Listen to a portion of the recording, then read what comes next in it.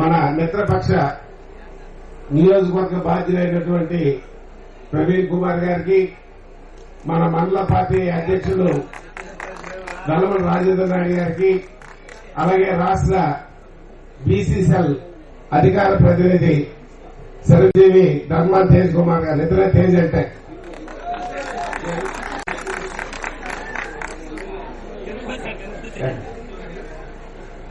తేజ్ గారికి, ఆ తర్వాత పెద్దలు మన మాజీ మార్కెటింగ్ చైర్మన్ మన అందరికీ సుపరిచితులు మన దళమల చంద్రభూషణ్ గారికి, ఈ కార్యక్రమంలో పాల్గొన్నటువంటి మరి ఈ మండల టీంకి అందరికీ పేరు పేరున నా యొక్క హృదయపూర్వకమైన నమస్కారాలు తెలియజేస్తూ, మరి ఎంతో ఘనంగా స్వాగతం పలికినటువంటి మరి ఈ గ్రామ ప్రజలకు, సోదరులకు, సోదరీమణులకు నా యొక్క హృదయపూర్వకమైన నమస్కారాలు తెలియజేస్తున్నాను.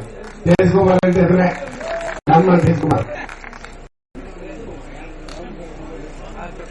ఎలమంచిది అదే కామేశ్వరపేట అంటే నాకు మర్రివలస కంట ఆదరించి అభిమానించే గ్రామం. మర్రివలస తర్వాత నా సొంతూరు కింద ఏది లెక్కేసుకుంటుందంటే ఎలమంచిది. ఇలా కాదు,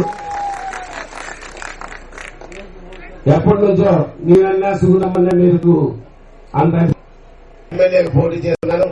రామ్మోహన్ నాయుడు గారు ఎంపీగా పోటీ చేస్తున్నారు.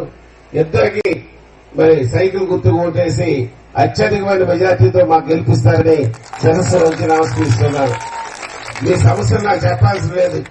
ఈ గ్రామంలో ఏ చెప్పగలను, ఈ గ్రామంలో ఏ సిమెంట్ రోడ్డు కడిగినా రమణమూర్తి పేరే చెప్తారు, ఏ మంచినీటి పథకాన్ని కడిగినా రమణమూర్తి పేరే చెప్తారు. ఈ గ్రామంలో శ్మశాన రోడ్డు అంటే రమణమూర్తి పేరే చెప్తారు. ఆ విధంగా ఈ గ్రామంలో జరిగే అభివృద్ది కార్యక్రమాలకి తెలుగుదేశం పార్టీ మరి చంద్రబాబు నాయుడు హయాంలోనే ఎక్కువ మీదకి వెళ్ళాం. తాగునీటి సమస్య తీవ్రంగా ఉంది.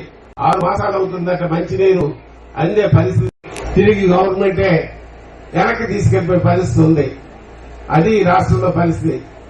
ఎక్కడైనా బల్బు కాకపోతే పంచాయతీ నుంచి బల్బు వేయాలని కలిపి డబ్బులు లేని దుస్థితిలో ఈ పంచాయతీలు ఉన్నాయి. పంచాయతీరాజ్ వ్యవస్థ అంతా పూర్తిగా ధ్వంసం అయిపోయింది. ఇవాళ ఎక్కడ ఏ డబ్బులున్నా మరి అది ఎద్దెత్తుకెళ్ళిపోయినాక జగన్మోహన్ రెడ్డి ప్రభుత్వం తీసుకుని వెళ్ళిపోతుంది. పంచాయతీలు నిర్వీర్యం అయిపోయాయి. అలాగే వ్యవస్థలన్నీ సర్వనాశనం అయిపోయాయి.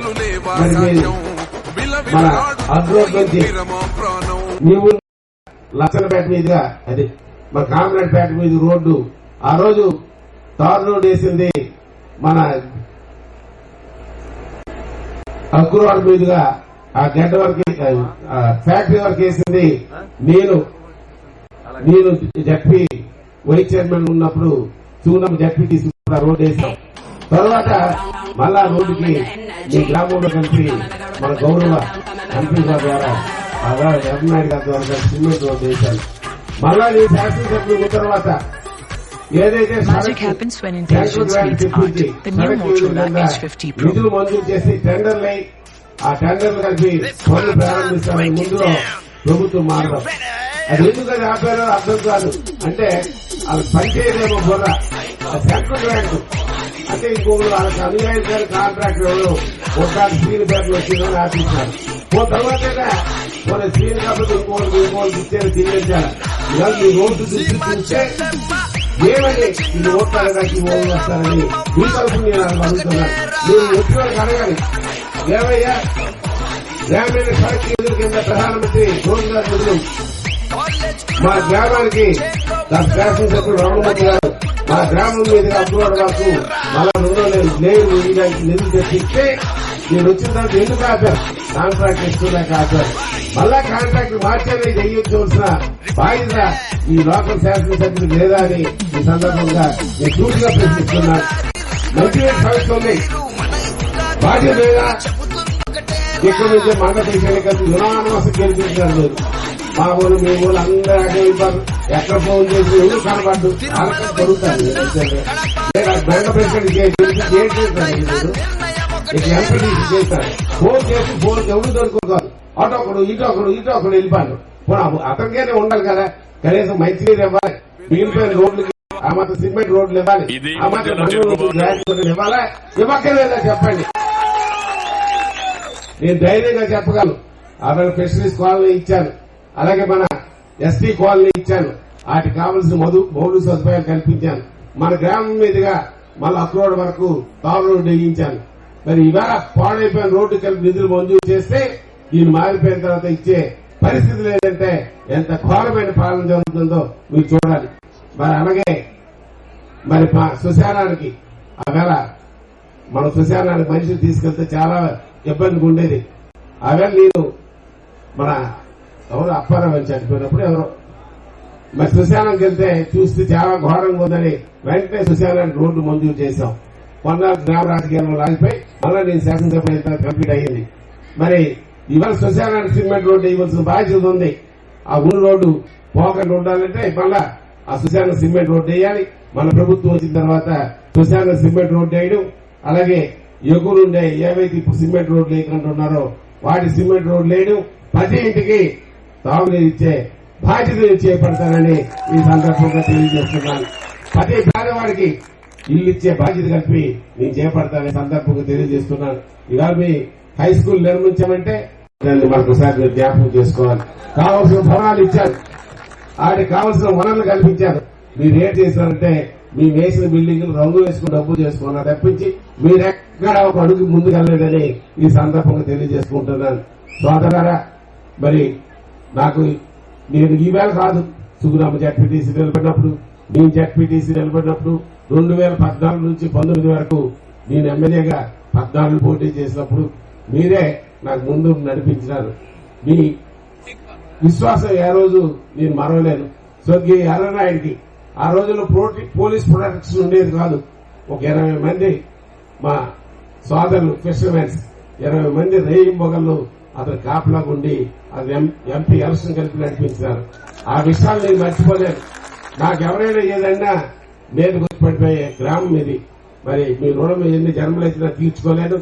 అయితే ఈవేళ మళ్ళా నేను 2024లో పోటీ చేస్తున్నాను. 2019లో ఒక సుడిగాలిలో నేను ఎగిరిపోయాను.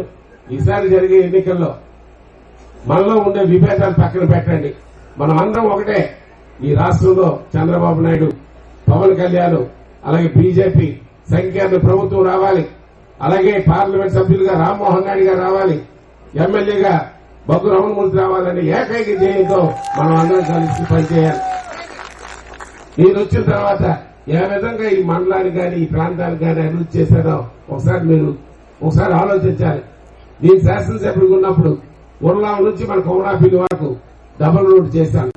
అలాగే చల్లపేట నుంచి మళ్ళా శ్రీమొక్కలింగం వరకు చేశాను. మనకి పుణ్యక్షేత్రమైన దక్షిణ కోస్తా అని పిలిచే శ్రీమొక్కలింగాన్ని మాడవీధులతో అభివృద్ధి చేయడానికి 20 కోట్ల రూపాయలు ఇచ్చాను. మనం ఉన్నప్పుడు ఎంత పని జరిగింది అంతే జరిగింది. అలాగే మనకి శ్రీమొక్కలింగం ఎత్తుపోతల పథకమని ఈ దాహం మంచినీటి సమస్య మన జలుమూరు సారుకోట మండలానికి ఉండకూడదన్న ఆలోచనతో మరి 48 కోట్లు ఇచ్చాను. అవి బుడితోట రోడ్డు దగ్గర మన లోకేష్ బాబు వచ్చి ఫౌండేషన్ కలిపేశారు.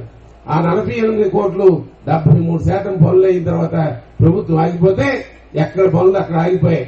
కానీ దానికి రంగులు మట్టుకు వేసినారు, నీళ్ళు రంగులు, వాళ్ళ పార్టీ రంగులు. పని పూర్తి చేసుకుని ఏం చేసినా పర్వాలేదు, ఎక్కడేసిన గొంగలు అక్కడ ఉంది. ఇవాళ మంచినీటి సమస్య మండలం అంతా కొట్టుమిట్టాడుతారు. సారుకోట ప్రాంతం కొట్టుమిట్టాడుతారు. పక్కన నది ఉంది, తాగడానికి నీళ్లు లేవు. అది మన పరిస్థితి. ఒకసారి ఆలోచించండి. మీ రమణమూర్తి 2014 నుంచి 19 వరకు మీ అందరికి అందుబాటులో ఉండి మీ మనిషిగా ఉండి ఈ అధికారాన్ని ఏ రోజు కలిపి నా గురించి కానీ నా కుటుంబం గురించి కానీ వాడలేదు.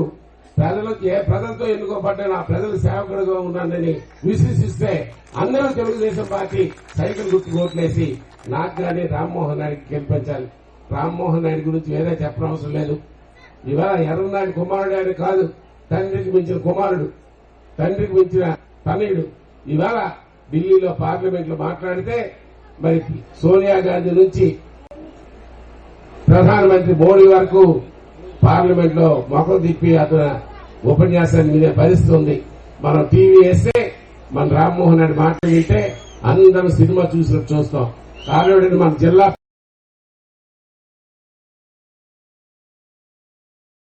2,000 రూపాయలు పెన్షన్ చేశాడు. లేదా 3,000 ఇస్తామని 30 మనకి పుణ్యక్షేత్రమైన దక్షిణ కోస్తా అని పిలిచే శ్రీముఖరంగాన్ని మానవీధులతో అభివృద్ధి చేయడానికి 20 కోట్ల రూపాయలు ఇచ్చాను. మనం ఉన్నప్పుడు ఎంత పని జరిగింది అంతే జరిగింది. అలాగే మనకి శ్రీముఖరంగం ఎత్తిపోతల పథకం అని ఈ దాహం మంచినీటి సమస్య మన జలమూరు సారుకోట మండలానికి ఉండకూడదన్న ఆలోచనతో మరి 48 కోట్లు ఇచ్చాను. అవాళ బుడితోట రోడ్డు దగ్గర మన లోకేష్ బాబు వచ్చి ఫౌండేషన్ కలిపేశారు. ఆ 48 కోట్లు 73% పనులు అయిన తర్వాత ప్రభుత్వం ఆగిపోతే ఎక్కడ పనులు అక్కడ ఆగిపోయాయి. కానీ దానికి రంగులు మట్టుకు వేశారు, నీళ్ళు రంగులు, వాళ్ళ పార్టీ రంగులు. పని పూర్తి చేసుకుని ఏం చేసినా పర్వాలేదు, ఎక్కడేసిన గొంగలు అక్కడ ఉంది. ఇవాళ మంచినీటి సమస్య మండలం అంతా కొట్టుమిట్టాడుతారు. సారుకోట ప్రాంతం వాళ్ళు కొట్టుమిట్టాడుతారు. పక్కన నది ఉంది, తాగడానికి ఇక్కడ నీళ్లు లేవు. అది మన పరిస్థితి. ఒకసారి ఆలోచించండి. మీ రమణమూర్తి 2014 నుంచి 19 వరకు మీ అందరికి అందుబాటులో ఉండి మీ మనిషిగా ఉండి ఈ అధికారాన్ని ఏ రోజు కలిపి నా గురించి గాని నా కుటుంబం గురించి గాని వాడలేదు. ప్రజలతో ఎన్నుకోబడ్డ నా ప్రజల సేవకుడుగా ఉన్నానని విశ్వసిస్తే అందరూ తెలుగుదేశం పార్టీ సైకిల్ గుర్తు ఓట్లేసి నాకు గాని రామ్మోహన్ నాయుడికి గెలిపించాలి. రామ్మోహన్ నాయుడు గురించి వేరే చెప్పనవసరం లేదు. ఇవాళ ఎర్రనాయుడు కుమారుడు కాదు, తండ్రికి మించిన కుమారుడు, తండ్రికి మించిన తనయుడు. ఇవాళ ఢిల్లీలో పార్లమెంట్ లో మాట్లాడితే మరి సోనియా గాంధీ నుంచి ప్రధానమంత్రి మోడీ వరకు పార్లమెంట్ లో ముఖం తిప్పి అతను ఉపన్యాసాన్ని వినే పరిస్థితి ఉంది. మనం టీవీ వేస్తే మన రామ్మోహన్ నాయుడు మాట్లాడితే అందరూ సినిమా చూస్తాం. కారణం మన జిల్లా పేరు, మన రాష్ట్రం సమస్యలు మరి వెలుగెత్తిన సాటే నాయకుడు మన రామ్మోహన్ నాయుడు గారు. అందువల్ల రామ్మోహన్ నాయుడు గారికి మనం ఎంపీగా పంపించాలి. మీరు రమణమూర్తిగా మీరు నాకు ఒకసారి మళ్ళా Telugu Desam party Janasena BJP vote అభ్యర్థిగా పోటీ చేస్తున్నాను.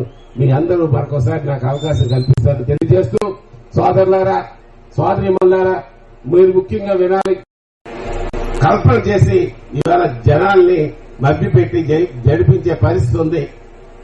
మరి ఒకసారి ఆలోచించండి. పెన్షన్ పథకం పెట్టిందే తెలుగుదేశం పార్టీ అన్న ఎన్టీ రామారావు 35 రూపాయలు పెన్షన్ పెట్టాడు. ఆ తర్వాత చంద్రబాబు నాయుడు 70 రూపాయలు పెన్షన్ చేశాడు. మళ్ళా చంద్రబాబు నాయుడే 2,000 రూపాయలు పెన్షన్ చేశాడు. లేదా 3,000 ఇస్తామని 33 మూలుగి మన పండక్కి 3,000 చేశాడు. అదే మన ప్రభుత్వం వస్తే 50 సంవత్సరాలుగా పెన్షన్ 4,000 రూపాయలు పెన్షన్ ఇవ్వడం కలిపి జరుగుతుందని ఈ వేదిక ద్వారా అందరూ తెలియజేస్తున్నాను. అయితే ఇంకొక విషయాన్ని కలిపి మీరు గమనించాలి. ఈవేళ ఒక నెల లేకపోతే పెన్షన్ ఏదో దేశాలకో పనులకు వెళ్లి ఒక నెల లేకపోతే పెన్షన్ కట్ అయిపోతుంది. అలా కాకుండా 3 నెలలు రాకపోయినా 3వ నెల వస్తే పెన్షన్ 3 నెలది 12,000 రూపాయలు మీ చేతులు పెడుతుంది. ప్రభుత్వం వస్తుంది, మన ప్రభుత్వమే ఈ సందర్భంగా తెలియజేస్తున్నా. సోదరులారా, అలాగే ఈవేళ ఎలక్షన్ కోడ్ వచ్చింది. ఎలక్షన్ కోడ్ వచ్చిన తర్వాత వాలంటీర్లు పంచడానికి వీల్లేదని హైకోర్టు తీర్పిచ్చింది. హైకోర్టు సుప్రీంకోర్టు తీర్పిస్తే ఈవేళ వాలంటీర్లు లేకపోయిన వల్లే మీకు నెల పెన్షన్ రాకుండా అయిపోయిందని చెప్పడానికి ఇంతవరకు పెన్షన్లు పంపిణీ చేయలేదు. ఏ గ్రామ సచివాలయం 9 మంది 10 మంది మరి సిబ్బంది ఉంటారు. మరి వార్డులు అంటున్నారు. అలాగే ఈ సిబ్బంది రోజుకి 25 ఇళ్ళు 20 ఇళ్లకి ఇస్తే పంపిణీ జరిగిపోద్ది. కానీ ఈ బూత్ చూపించి ఆడి దగ్గర డబ్బులు లేవు, గల్లా పెట్టి డబ్బులు లేవు. ఈ బూత్ చూపించి ఉన్న డబ్బులు ఆడి కాంట్రాక్టులకు కావాల్సిన వాళ్ళకి ఇచ్చేసి ఈవేళ ఈ పెన్షన్ కలిపి ఈ డిలే చేసి ఎదుటోళ్ళ మీద తొయ్యడానికి చూస్తున్నాడు. మీరు విశ్వసించకండి, నమ్మకండి. దీని మీద మీ పోరాటాలు చేసైనా సరే మీకు ఇంటింటికి పెన్షన్ వచ్చే విధంగా, అధికారులు మీ ఇంటికి తెచ్చే విధంగా మేము కార్యక్రమం చేస్తామని ఈ సందర్భంగా పెన్షనర్స్ కి వేదిక ద్వారా తెలియజేస్తున్నాను. కానీ తెలుగుదేశం పార్టీ వచ్చిన తర్వాత ప్రతి ఇంటికి ఎంతమంది మహిళలు ఉంటే అంతమంది మహిళలకి నెలకి 1,500 చొప్పున, సంవత్సరానికి 18,000 రూపాయలు చొప్పున ఇవ్వడానికి మన మినీ మేనిఫెస్టోలో పెట్టడం జరిగింది. ఆ విషయం మన చంద్రబాబు నాయుడు గారు, పవన్ కళ్యాణ్ గారు మీకు చెప్పమని వేదిక ద్వారా మీకు చెప్పని తెలియజేసినారు. మరి వాళ్ళు ఏ విధంగా చేసినారు? 45 సంవత్సరాలు దాటిదట చేయవద్దట. మరి 40 సంవత్సరాల లోపున్న ఆడవాళ్ళు కాదు. అందువల్ల అలా కాకుండా గతంలో చంద్రబాబు నాయుడు తెలుగుదేశం పార్టీ అధికారం ఉన్నప్పుడు ఎలాగైతే ఇంట్లో ఎంతమంది మహిళలు ఉంటే 10,000 రూపాయలు చొప్పున మరి అమ్మఒడి ఇది పశు కుంకుమ ఇచ్చినామో అదే విధంగా మరి రాబోయే మన ప్రభుత్వంలో ప్రతి ఆడపడుచుకి నెలకు 1,500 చొప్పున మరి సంవత్సరానికి 18,000 తల్లి కూతురు ఉండొచ్చు, అత్త కోడలు ఉండొచ్చు, ఆడపడుచు ఉండొచ్చు, ఎంతమంది ఉంటే అంతమందికి మరి ఈ మహిళా శక్తి కింద వాళ్ళకి 1,500 చొప్పున సంవత్సరానికి 18,000 రూపాయలు ఇస్తామని సోదరిమణులకి వేదిక ద్వారా తెలియజేస్తూ, అలాగే ఈవేళ అమ్మఒడని 15,000 ఇస్తాను అన్నాడు. మరి అధికారంకి వచ్చిన తర్వాత ఒక్కలికే అన్నాడు. మరి మన మిత్రపక్ష నియోజకవర్గ బాధ్యులైనటువంటి ప్రవీణ్